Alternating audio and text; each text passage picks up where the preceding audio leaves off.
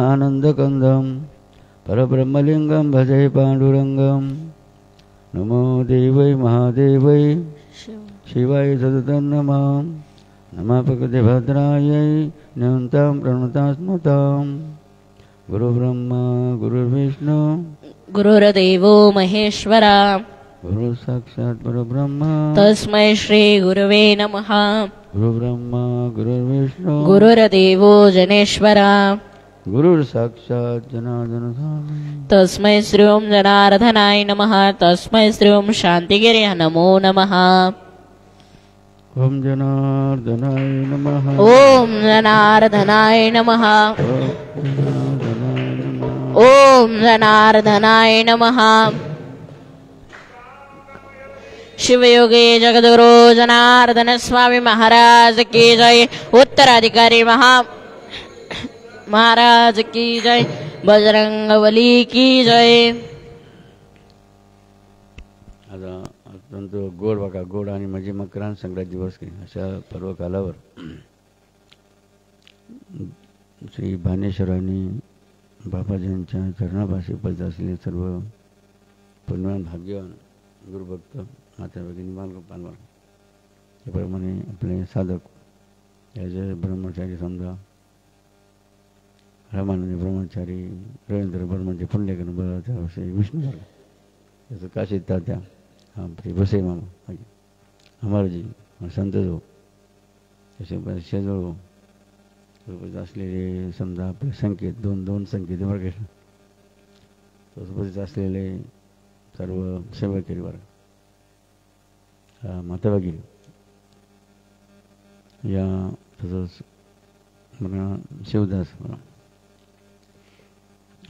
आणि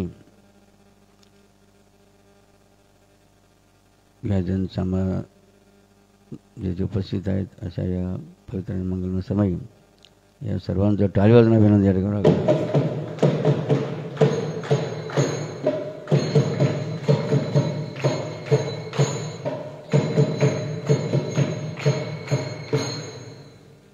अनेक देवदेवांच्या साक्षीने उपस्थित असताना आपण आज मकर संक्रांत म्हणजे पृथ्वी स्वतःभोवती फिरते आणि सूर्याभोवती फिरते वर्ग. पृथ्वी काय स्वतःभोवती फिरते आणि सूर्याभोवती सुद्धा फिरते लक्षात. म्हणजे सूर्याचे चक्र चालू आहे. जसं दररोज वार बदलतो, नक्षत्र बदलतं, तिथी बदलते, राशी बदलते की नक्षत्रही बदलतं बघा. दररोज काय होतं बघा, संवत्सर बदलतं वर्षातून. जसं आता सूर्य कोणत्या राशीत आले, मकर राशीत आहे. सूर्य आता मकर राशीत आलेला आहे. चंद्र कुंभ आणि मीन राशीमध्ये आहे. सूर्य मेष देवराज गुरु हा मेष राशीमध्ये की. आज कोणता वार आहे? सोमवार बघा. सोमवारच्या आज मकर संक्रांतचं आगमन झालं. मकर आगमन झालं. आगमन की ज्या मकर संक्रांतीच्या पूर्व कालावर आपण उत्सव साजरा करतो. कोणता? तिळगुळाचा. तिळगुळ देताना काय म्हणतो?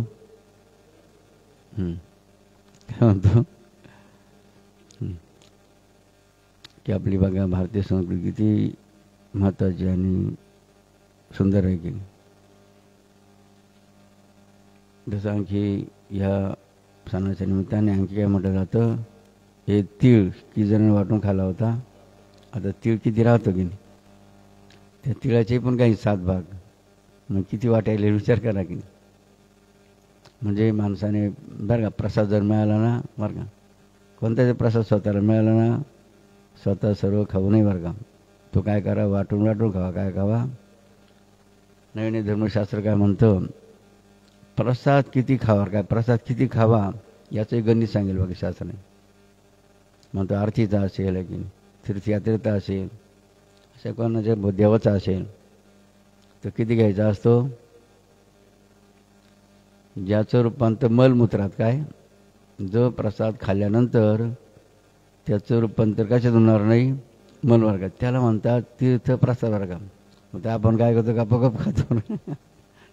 चला ठीक आहे, जसे दाणे भरले काय खाणेवाले का ना, योग्यप्रमाणे मनाच्या या मकर संक्रांतीच्या पर्वकालावर की नाथ महाराजांनी भागवतामध्ये सुंदर आणि गोड असं ज्ञान बघा या मनुष्यासाठी दिले की त्यातले बघायचं आपण अध्याय नंबर 12 म्हणजे 12 का की ज्या 12 अध्यायामध्ये नाथ महाराजांनी बरं का वर्णन कशाच केलं बघा जे श्रीकृष्ण भगवंतांनी गुह्य ज्ञान सांगेल काय 11 अध्यायात उद्धवाला काय सांगितलं म्हणजे उद्धवा तुला आम्ही आता अतिगुह्य ज्ञान सांगणार म्हणे काय जे तुझ्या जीवनासाठी अत्यंत महत्त्वाचं बघा असं वचन 11 अध्यायात दिलं होतं कोणाला उद्धवाला बरं का काय वचन दिलं होतं काय वचन दिलं होतं गुह्यज्ञान झालं पण केलं सुंदर शब्द वापरे बघा त्यांनी भगवान श्रीकृष्णाने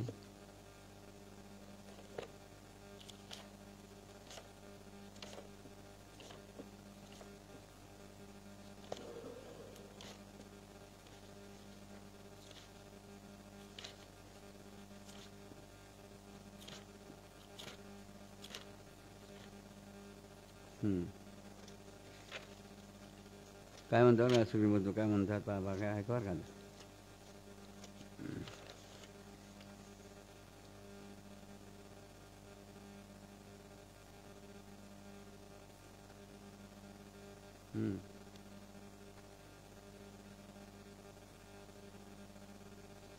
एकनाथ महाराज म्हणतात बरं का ते गुह्यज्ञान ऐकण्यासाठी उद्धवाने मनाचे कान उघडले तो श्रीहरीच्या मुखाकडे टक लावून पाहू लागला तेव्हा त्या दोघांची दृष्टी एक झाली याप्रमाणे उद्धव सावधान झाला बरं का तेव्हा श्रीकृष्ण त्याला जे गुह्यज्ञान सांगेल ते पुढील अध्यायात आहे बरं का श्रीहरीने केले ते निरूपण अतिशय रसाळ व गहन आहे एका जनार्दनाप्रमाणे म्हणतो की संत श्रोते यांनी अवधान द्यावे मी आपले मस्तक तुमच्या चरणावर ठेवून तुम्हाला वंदन करतो संत स्वानंदाने संतोष पावले म्हणजे त्यांच्या चरणप्रसादाने भागवतातील श्लोकाच्या पदांचा अर्थ सर्वांना समजेल असा कौतुकाने सांगेल अशा प्रकारे एकनाथ महाराजांना शरण गेला तेव्हा सागराचे पाणी जसे तरंगाने शोभते तसा जनार्दन एकनाथांना पाणी शोभू लागला बरं काय सांगितलं बघा आत्मगा काय सांगणार आहे मी बघा तुझ्याद्वारा जगाचा उद्धार होईल बघा काय म्हणजे उद्धवा तुझ्याद्वारे मग जगाचा उद्धार होईल असं आत्मज्ञान त्याचं आत्मज्ञानाचं सार काय आत्मज्ञानाचं सार बघा मी तुला बघा सांगणार आहे बरं का पुढील अध्यायामध्ये 12व्या अध्यायामध्ये बरं का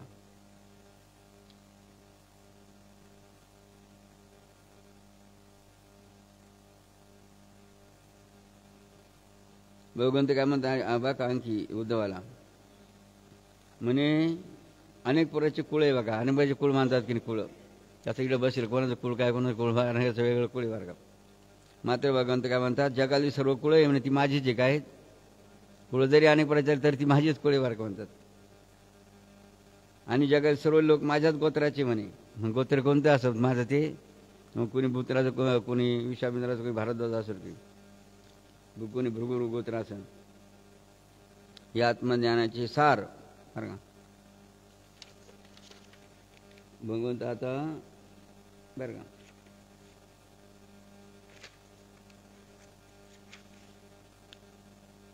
12व्या अध्यायात सांगणार बरं का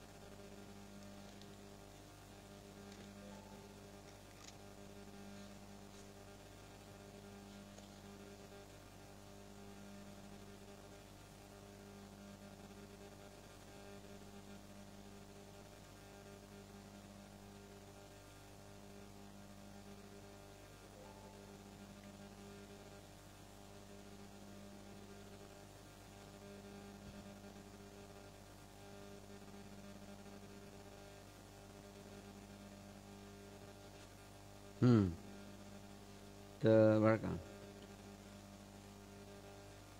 12 अध्यायामध्ये श्रीकृष्ण उद्धवाला का म्हणतात, म्हणे उद्धवा मी तुला माझ्या हृदयातील गुप्त गोष्ट सांगेन. श्रीकृष्ण भगवंत काय म्हणते उद्धवाला, हां अरे म्हणे बरं का उद्धवा मी तुला माझ्या हृदयातील गुप्त गोष्ट सांगेन, अशी 11 अध्यायात श्रीकृष्ण उद्धवाला म्हणाला होता बरं का. गीता 11 अध्यायात म्हणाला.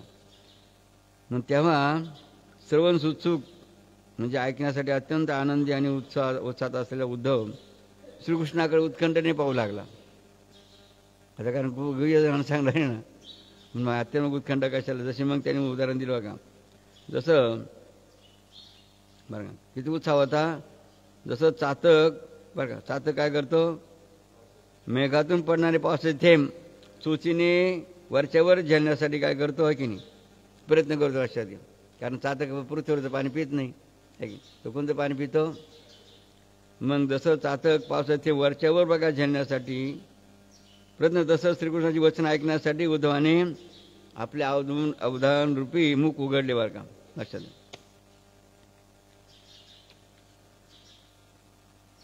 या 12व्या अध्यायामध्ये बरं का सद्गुरूचं वर्णन करताना सद्गुरूंना काय म्हणलं एकनाथ महाराजांनी, वसंत ऋतू काय वसंत ऋतू बरं का, हे सद्गुरू तू वसंत ऋतू आहेस म्हणे. काय हे सद्गुरू ओंकाररूपी सद्गुरू तू वसंत ऋतू आहे म्हणे, तुला नमस्कार असं बरं का. ऐक्याचा समय आला म्हणजे तू अद्वैताची स्थापना करणारा सद्गुरू प्रकट होतोस. तू वसंत ऋतू आहे रूपी असा प्रकट झालास की ज्ञानरूपी वनामध्ये प्राणापान समान गतीचा वायू लागला बरं का. कोणता वायू लागला, प्राणापान समान गतीचा वायू. त्यावेळी अनादी अविद्यारूपी वृक्षाची जीर्ण पाने गळतात बरं का. हां कोणती जीर्ण पाने, अविद्यारूपी जीर्ण पाने बरं का. हां कोणती पानं, अविद्याची जीर्ण पाने. कशामुळे गळतात, वारा कोणता, अपान वायू वावला प्राणापान म्हणजे प्राणायाम केल्याने बरं का. तो अविद्या वृक्ष तीव्र वैराग्यामुळे करपू लागतो बरं का. वैराग्यामुळे अविद्या हां नष्ट होत. तेव्हा तूच वसंत ऋतू होऊन येतोस व विद्यारूपी तांबूस कोवळी पालवी फुटते बरं का. कोणती पालवी फुटते, विद्यारूपी बरं का वृक्षाची. हां तो अविद्या वृक्ष तीव्र वैराग्यामुळे करपू लागतो, तेव्हा तूच वसंत ऋतू होऊन येतोस व तो विद्यारूपी तांबूस कोवळी पालवी फुटते. तेव्हा त्या वृक्षाला सोहम भावरूपी फुले येतात. कोणती फुले येतात त्याला, हां सोहमची बघा, सोमभावाची फुले येतात. जीवभावाच्या ठिकाणी शिवभाव म्हणजे कृष्णा सारूप्य प्रगट होते बरं का. काय होतं, हां जीवभावामुळे बघा, जीवभावाच्या ठिकाणी शिवभाव बघा प्रगट होते कृष्ण सारूप्य. आणि तद्रूपतेची काळे भ्रमर त्या फुलावर झेपावतात. कोणते भ्रमर, तद्रूपतेचे. अरे लक्षात अत्यंत गणमार्गाचे शब्दप्रयोग चालू येतं. काय, तद्रूपतेचे काळे भ्रमर त्या फुलावर झेपावतात. कोणते भ्रमर, तद्रूपता बरं का. म्हणजे माणसाने ध्यान कसं गवनाच केलं बा त्यामध्ये बरं का. अशा हळुवारपणे अद्वैतानंदाचा मकरंद सेवन करतात की, कोणता मकरंद, अद्वैतानंदाचा बरं का मकरंद सेवन करतात की त्या फुलाच्या केसरांना धकाही लागत नाही बरं का. काय, अद्वैताचा मकरंद सेवन करताना मकरंदाला धकासुद्धा लागू देत नाही बरं का. केसरांना धकासुद्धा लागू देत नाही बघा ते भ्रमर. सद्भावाच्या आमोदाचे सेवन करून, कोणता आमोद, सद्भावाचा, ते भ्रमर सुकावले. हृदयस्थानात नीट बसून पुढे सुषुम्नेच्या मार्गाने चिदाकाशात जाऊ लागले बरं का. ते भ्रमर हृदय काशातून कुठे चालले, सुषुम्नेकडे, सुषुम्नेच्या मार्गाने पुढे चालले बरं का चिदाकाशामध्ये.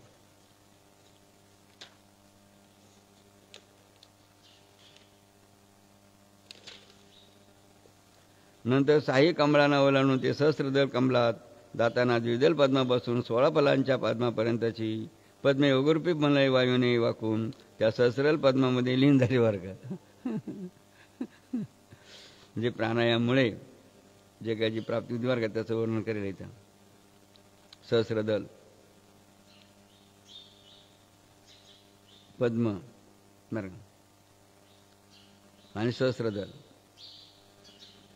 तेथील शुभ्र परागांचा आस्वाद घेऊन ते ब्रह्मराजे थवे उन्मादी अवस्थेत आनंदाने गुंजराव करीत पुस्तकाचे तरंग सेवन करू लागले. इतक्या 10 प्रकारचा अनाथ ध्वनी त्यांच्या कानी पडू लागला. तेव्हा तो नादही सेवन करून ते निशब्द अवस्थेत जा बसले वर्गा. कोणता अनाथ अनाथ नाद वर्गा. किती 10 पाकळ्या असतात त्याला. अनाथ चक्र आहे ना, त्याला 10 पाकळ्या असतात म्हणून 10 प्रकारचा नाद बरं. ते मोक्षरूप सुपी मधुर घोष लोमतान दिसले बरं का. कोणते घोष? मोक्ष सुखरूपी घोष बरं का. तसे फळाचे घोष असं तसे बघा. तेव्हा जीवांचे सर्व मनोत पूर्ण झाले व ते सोम शब्दाची घोषणा करू लागले. मुमुक्षरूपी मोर आपला पिसारा उभवून नाचू लागले. कोणते मोर? मुमुक्षरूपी म्हणजे भक्त बरं का.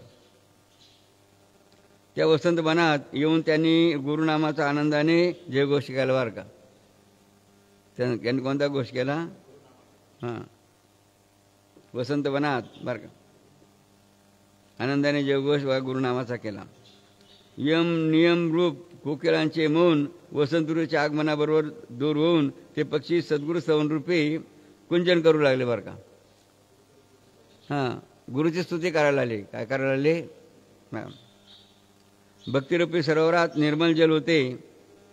त्यात नविदा भक्तीच्या कमलिनी भुलल्या व त्या सर्वात स्नान करणारे भक्त तेथेच रमले बरं का. नविदा कमलिनी त्या बघा तिथं. मग हां, ते भक्त तिथंच पोहायला लागले त्या सरोवरामध्ये. मायारूपी रात्रीमुळे जीवशिवरूपी चक्रवाकाची जोडी परस्परापासून अलग झालेली होती. तिने त्या सरोवरातील भक्तिरूपी जलप्राशन करतात सद्रूपी चैतन्य पूर्ण सूर्य उगवला.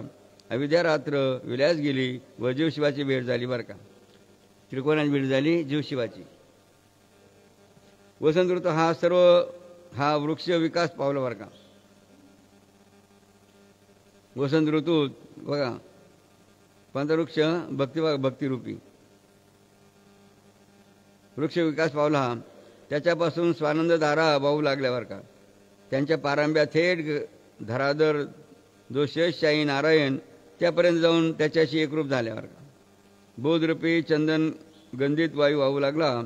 सारी वनस्त्री सुगंधित झाली. तेथे मुमुक्षू प्रवक्षांनी निजरूपात विश्रांती घेतली बरं का. कोणत्या प्रवक्षांनी? मुमुक्षू प्रवक्षांनी तिथे शांती घेतली, विश्रांती. कोणत्या बागेमध्ये बरं का? त्या चंदनाच्या बागेमध्ये बरं का. असा हा वसंतरूपी सद्गुरू भक्तरूपी वनात भर आणतो बरं का. कोणत्या वनामध्ये? वनामध्ये. कोण भर आणतो? हां, सद्गुरू म्हणजे वसंत ऋतू बरं का. असे वर्णन असणारा भागवत भक्तीचा 12वा अध्याय श्रीकृष्ण उद्धवाला सांगत आहे बरं का. अशा प्रकारचा हा 12वा अध्याय श्रीनाथ उद्धवाला सांगत आहे का. 12व्या अध्यायामध्ये सत्संगाचा अपूर्व महिमा वर्णन केला. कशाचं वर्णन केला बरं? कोणता महिमा वर्णन केला आहे 12व्या अध्यायामध्ये? तो अपूर्व का महिमा. या 12व्या अध्यायामध्ये सत्संग अपूर्व महिमा सांगितलं आहे. कर्माचा करता कोण ते सांगितले आहे व त्यागाचे लक्षण काय ते सांगितले बरं का. मी तुला माझ्या हृदयाला गुप्त गोष्ट सांगेन अशा 11 अध्यायात श्रीकृष्ण उद्धवाला म्हणाला. तेव्हा श्रवणसुख उत्सव श्रीकृष्णाकडे उत्कंठेने पाहू लागला. श्रीकृष्णाचे वचन ऐकण्यासाठी उद्धवाने मोठ्या उत्साहामध्ये आपले कान बघा उघडले बरं का. आणि चातरचा समय पडणारी पावसाचे थेंब झेलतो वरच्यावर. त्याप्रमाणे श्रीकृष्ण वचन ऐकणं उद्धवाने काय केले? आपले मुख उघडले बरं का.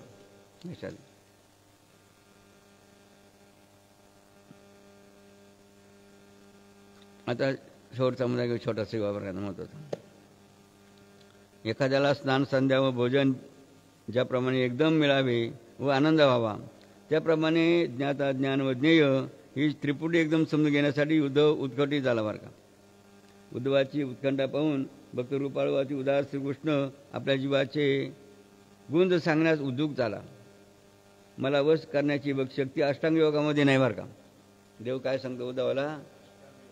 अष्टयोगामध्ये मला वश करण्याची शक्ती नाही बरं का. व्यवहारातील नित्य व अनित्य यांचा विवेकही त्यासाठी असमर्थ आहे बरं का. काय सांगितलं? कोणता विवेक? नित्य आणि अनित्य याचा जो विवेक आहे तो सुद्धा असमर्थ आहे म्हणे. कशासाठी? भगवंताची बघा भगवंताला वश करण्यासाठी, किंवा प्रकृती व पुरुष यांचा विवेक मनामध्ये निरंतर जरी करीत बसले तरी त्यामुळे माझे स्थान मिळत नाही. देव म्हणतो मला वश करायला बघा अशा अनेक प्रकारे तुम्ही वश करू शकत नाही किंवा माझे स्थान तुम्हाला मिळणार नाही. धर्म, अहिंसा, सत्य इत्यादी गुणांनी किंवा सर्वात श्रेष्ठ जे वेदायजन त्यांचे अवलंबन केल्याने मी प्राप्त होत नाही बरं का. अशा अनेक प्रकारच्या माध्यमातून म्हणतो मी तुम्हाला प्राप्त होणार नाही. मग इतर बापड्या तपांचे काय घेऊन बसला म्हणे बरं का. ही गाणेपाची तपश्चर्या म्हणे, ते तर काय मग अंगठ्या होकार नाही तर बाणे होकार तर हावर कशा होकार बरं का म्हणतात. इतर बापड्या तपांचे काही घेऊन बसला म्हणे. पंचांगने साधन केले, कोणतं साधन केले तरी मी वश होणार नाही. चांद्राव्रत केलं म्हणजे तरी मी प्राप्त होत नाही. चांद्राव्रत म्हणजे काय, प्रतिपदाला 1 घास, द्वितीयाला 2 घास, पौर्णिमेला 15 घास खायचे, पुन्हा 14, 13, 12, 11 अशा 1 पुन्हा 1 घास खायचा. याला म्हणतात असं बघ. एवढं कठीण अवघड जरी चांद्राव्रत केलं तरी देव म्हणतात मी त्याने तुम्हाला वश होणार नाही, मी प्राप्त होणार नाही. देवगेयांची आसक्ती सोडून बिरजा होम करून सर्व साचा आवती देऊन केला जो आधी संन्यासी संन्यास तोही माझी प्राप्ती करून देणार नाही म्हणे बघा. काय सांगितलं, संन्यासाची बाद मी दुसरा बघा लवकर भेटणारी बरं का. कर्मठ लोक श्रव स्मार्थ कर्मे करून स्वतःच ब्रह्मिष्ठ होतात. त्यांना यज्ञयागाचे कष्ट करून माझाही लाभ होत नाही बरं का. यज्ञयाग करणारे असताना त्यांनी बघा त्यांनी सुद्धा मी लवकर प्राप्त नाही. गायी, भूमी, तीळ, धन, धान्य इत्यादी आधी अशा अनेक जरी दानं दिले तरी दातेपणाचा गरज सुटल्या वाचून मी कोणालाही प्राप्त होत नाही बरं का. दानाला गर्व होतो, तो गर्व सुटला तरच बघा ना, जर गर्व असेल तर मी प्राप्त होणार नाही. संकट चतुर्थी, ऋषीपंचमी, विष्णुपंचमी, बुधाष्टमी असे अनेक नियमव्रत वगैरे जरी केली ना बघा तरी मी तुम्हाला प्राप्त होणार नाही. अशा बरं का. देव काय सांगते उद्धवाला, खूप संपत्ती खर्च करून आश्वमेध व रासोयज्ञ जरी यथासांग केले तरी उपयोग नाही. आश्वमेध रासोयज्ञ जरी यज्ञ केलं कार्य अनेक संपत्ती खर्च करून तरी मी लवकर उद्धवा तुला भेटणार नाही बरं का, किंवा तुला वश होणार नाही. विहिरी खणल्या, तळे बांधली, वाटेवर सावलीसाठी वृक्ष लावले, उपवने म्हणजे बगीचे तयार केले, अशी स्मार्ट कर्म केली. आपण स्मार्ट सिटी याच्यावरून बघा, स्मार्ट सिटी याच्यावरूनच ही सिटी झाली बरं का. तरी मी आत्माराम भेटत नाही.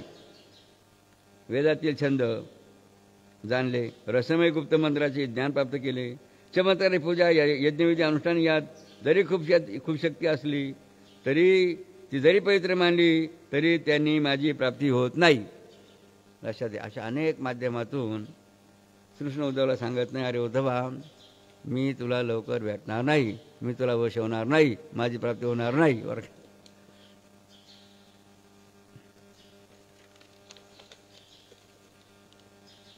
पुष्कर इत्यादी अनेक तीर्थी पापशालन करायला समर्थ आहेत, पण माझी प्राप्ती करून देण्याचे सामर्थ्य तीर्थामध्ये सुद्धा नाही. रात्रंदिवस यमनियम पाळून थकून जाऊनही साधक माझ्यापर्यंत पोहोचण्यास समर्थ होत नाही बरं का. यमनियम जरी पाळले म्हणे तरी मी तुम्हाला प्राप्त होणार नाही. उद्धवा, यमनियम यांचा निर्णय व त्यांचे 12 प्रकार मी तुला नंतर सांगेनच म्हणे. 19 अध्यायामध्ये पुढे. पण ते 12 यमनियम आणि 12 नियम त्यांच्या सर्व साधनासह माझ्या वैकुंठाचा मार्ग जाणत नाही बरं का. ते सुद्धा माझ्यापर्यंत याचा जो रस्ता आहे तो सुद्धा जाणत नाही. 12 यमनियम ते सर्व जेव्हा संतांच्या दारी जातात बरं का, हे 12 यम कोण जातात, संतांच्या दारी जातात बघा, तेव्हा त्या संत साधूंचा आधार घेऊनच माझ्या निंदामापर्यंत येऊ शकतात. अशा प्रकारे माझी प्राप्ती परंपरेने म्हणजे पर्यायाने होते बघा. म्हणजे कशाने होते, परंपरेने. सत्संगती तशी नाही म्हणे. काय म्हणतात, सत्संगती तशी नाही म्हणे. संत स्वतःच्या सानिध्यात साधकाला आणून त्याच्याकडून सर्व संघाचा त्याग करवितात. त्यांना माझी साक्षात प्राप्ती होते बरं का. ते दुसऱ्या कोणाच्या अधीन नसतात. मग संत काय करत्या, हां म्हणजे त्याला गरजा सोडून त्याला काय करतात, अनुष्ठानाला बसतात. काय करतात आहे की संत बघा, अनुष्ठान बसवतात.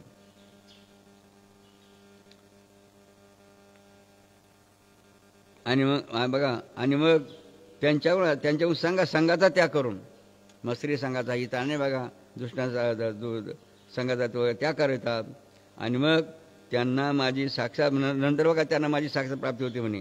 दुसऱ्या कोणाच्या अधीन मी नाही म्हणे बरं का. मग त्याने उदाहरण दिलं, कुंभारीण माशीच्या संगतीने आळीचा देह बदलतो की नाही. कोणा संगतीने? कुंभारीण माशी संगतीने कोणा देह बदलला? आळीचा देह बदलला. तसं सत्संग धरली असता भक्ताचेही तेच स्थित्यंतर म्हणजे बदल होऊन ते माझ्यासाठी दिसू लागतात बरं का. काय म्हणतात देव? हां, जसं कुंभारीण माशीच्या संगतीने आळी काय बनली, हां तसं बरं का भक्तसुद्धा बरं का माझ्या संगती जर राहिली ना ते सुद्धा मग माझ्यासारखी दिसू लागतात. लक्षात घ्या. चंद्राच्या झाडाच्या भोवती असणारी झाडेसुद्धा सानिध्यामुळे त्याच्या सुगंधाचा गुणग्रहण करून मूल्यवान म्हणतात. नाही की बाबळी बोरीसुद्धा सुवासिक कशामुळे म्हणतात? चंद्रामुळे. लक्षात द्या. त्यासुद्धा मग मौल्यवान बनतात. ती अचितेन लाकडेही देवाच्या व ब्राह्मणाच्या अंगावर चंदनलेपाच्या रूपाने चढतात बरं का. मग ती सुवासिक लाकडे कुठं? देवाच्या हां चंद्रावानी डोक्यावर बघा चढतात. श्रीमंत त्यांच्या अधीन होतात व राजेही त्यांना वंदन करतात बघा. राजेसुद्धा त्यांना वंदन करतात चंद्राच्या लाकडाला. अशा प्रकारे सत्संगती धरली म्हणजे भक्त माझ्या पदाला पोचतात आणि मलाही आदरणीय होतात. त्यांचा महिमा किती वाढला बरं का. अशा रीतीने श्रीकृष्ण भगवंतांनी उद्धवाला काय सांगितलं? सत्संगतीचा महिमा का सांगितलं. मग माझ्या पदाला कधी पोचू शकता तुम्ही? हां मग बघा मग कोणतं साधन सांगितलं? अशा अनेक बघा वर्णन केलं अगोदर. त्या कोणत्याही साधन मी उद्धवाला सांगितलं, मी उद्धवा तुला वश होणार नाही किंवा तुला माझी प्राप्ती होणार नाही. मग जर माझी प्राप्ती तुला करायची असेल, जर मला वश करून घ्यायचं असेल, कोणतं साधन करावं लागेल तुला? त्याचं वर्ण आता पुढच्या का 45 होईल, आता नंबर अशी होईल बरं का. हे उद्धवा बरं का, हे उद्धवा सत्संगा वाचून माझ्या प्राप्तीसाठी दुसरे कोणतेच उत्तम साधन नाही, हे सत्य समज बरं का. एकाच ओळीमध्ये बघा किती केला की नाही. हे गुह्य ज्ञान बघा काय सांगितलं मग. हां हां उद्धवाला बघा अत्यंत महत्त्वाचं गुह्य ज्ञान कोणतं सांगितलं मग? सत्संगा वाचून माझ्या प्राप्तीसाठी दुसरे कोणतेही उत्तम साधन नाही, हे उद्धव हे तू सत्य समज बरं का. उद्धवा मी तुला मागे जी साधने सांगितली त्यात अभिमान असतो बरं का. कसा ते तुला सांगता येईल. अष्टांग योगामध्ये पोहणे जे काही केलं साधत नाही आणि तो जरी साधला अनेक सिद्धी त्याला भलतीकडे नेतात.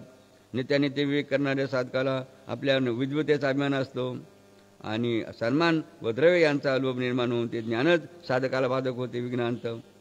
अहिंसेचे पालन करणारे लोक पाणी गाळून पितात, पाणी गाळताना सुद्धा सूक्ष्मजीव मारतात बरं का. त्यामुळे तो मार्गही हिंसामयचा होतो. वेदायदन केले तरी वेदाने माझ्याविषयी मौन धरले आहेत. त्यामुळे मी केवळ वेदपठाने प्राप्त होत नाही, शिवाय वेद जाणाऱ्या लोकांना दुसऱ्याचे यज्ञ करून दान मिळवण्याचा इच्छा असते, मग त्या यज्ञाने मी भेटत नाही बरं का. अशा रीतीने जेवण मी तुला कोणत्या रूपात कोणत्याही इतर माध्यम मी भेटणार नाही. तर तुला काय करावं लागेल? हां संतांच्या संगतीत बघा, म्हणजे चांगल्या संत संघ म्हणजे काय? चांगल्या बघा सज्जन संघ बघा, देवाच्या संगती राहावं लागेल तरच तुला माझी प्राप्ती होईल, मी तुला वशील बघा. अशा रीतीने जो शारीरिक तप करतो त्या साधकाच्या मनात क्रोध उत्पन्न होतो, तो कधी कमी होत नाही, तो नेहमी वाढतच जातो बघा. सर्वस्व त्याग करून संन्यास घेतला तरी त्या देहाचा अभिमान नाही सावत नाही. आपला मान व्हावा अशी इच्छा असेल, बिरजा होऊन व्यर्थ गेला असेच समजाय बघा. ज्याला अर्थ माझा मान शर्मावा त्याचा बिरजा व्यर्थ गेला. स्मृत इष्टापुरतं यज्ञ यात स्वर्गभोगाची इच्छा उत्पन्न होते आणि साधकांना ही कर्मे सतत करीत राहण्याची व्यसनच पडते. अनेक प्रकारची दाने देणारा दानाच्या पुण्याची व फळांची इच्छा धरतो. मी मोठा दाता असा जो गर्व त्यांना चढतो, तो काही केला उतरत नाही बरं का. एखादा अनंताचे व्रत करतो, 14 गाठीने देवाला बांधतो, पण तो अनंताचा दोरा कुठेतरी विसरतो आणि दोऱ्यासगट देवाला हातचा घालून बसतो बरं का. विद्योक्ते यज्ञ केले, मंत्रतंत्र यज्ञपात्रे फार पवित्र ठेवली तरी पूर्ण पवित्र साधत नाही आणि चालली तरी फलांचा भोग बाधक होतो. वेदाचे मंत्र विविध छंदात रचलेले असतात, किती प्रयत्न केला तरी ते बिनचूक म्हणता येत नाही व त्या दोषामुळे मंत्रपाठक मार्गापासून चढले असे होते. आपली वस्त्रे भगवी किंवा लाल रंगून काही लोक तीर्थयात्रेच्या अभिमानाने यात्रेकरू होतात, पण त्यांना थोडीसुद्धा विश्रांती मिळतात. ते बिचारे भिकेला लागतात. यम आणि नियम पाळण्यासाठी काही लोक सतत क्षीण करतात, परंतु त्यांना फल फक्त प्रकृतीच्या 24 तत्वांचे ज्ञान असते. 25 आहे जो परमात्मा आहे तो त्याने मात्र ओळखत नाही बरं का. वर सांगितलेली साधने स्वतःच्या आकलेने चालेला ती कशी हानिकारक होतात ते मला याप्रमाणे सांगितले बरं का. ही साधने आपल्या बुद्धीप्रमाणे आचरणात आणली तर त्यात अशी विघ्न येतात, पण ती जर गुरुच्या उपदेशाने आचरणात आणली तर मात्र सिद्धी जात बरं का. हां, म्हणून कधी भक्ताने साधकाने स्वतःच्या वतीने कोणतेही साधन करता कामा नये. जो स्वतःच्या मनाने साधन करील तर त्याला काहीच बघा प्राप्त होणार, ते व्यर्थ जाईल बरं का. साधूने जर त्यांचे निश्चित मत दिले नाही व मार्गदर्शन केले नाही तर या नाना साधनांचा साधकाला का उपयोग बरं का. म्हणजे गुरूंचं जर मार्गदर्शन घेतलं नाही आणि कोणतेही साधनं जर केले तर जीवनात काही उपयोग होणार नाही. कोणते साधन केव्हा कसे करावे याचा निश्चय त्याला करता येत नाही. कोणाला? त्या भक्ताला. कोणत्याही साधनाची खटपट केल्या वाचून केवळ सत्संगेत किती साधक मला येऊन मिळाले त्याची गणती करणे शक्य नाही. तेच मी तुला आता सांगतो बरं का. अशा रीतीने अत्यंत गुह्य ज्ञान बघा श्रीकृष्ण भगवंताने कोणाला सांगितलं? उदाहरण सांगितलं. आणि शांतीराव भगवान कोणाला सांगितलं? आता कोणाला किती समोर देव जाणे भस्मले पुणे प्रभात काळी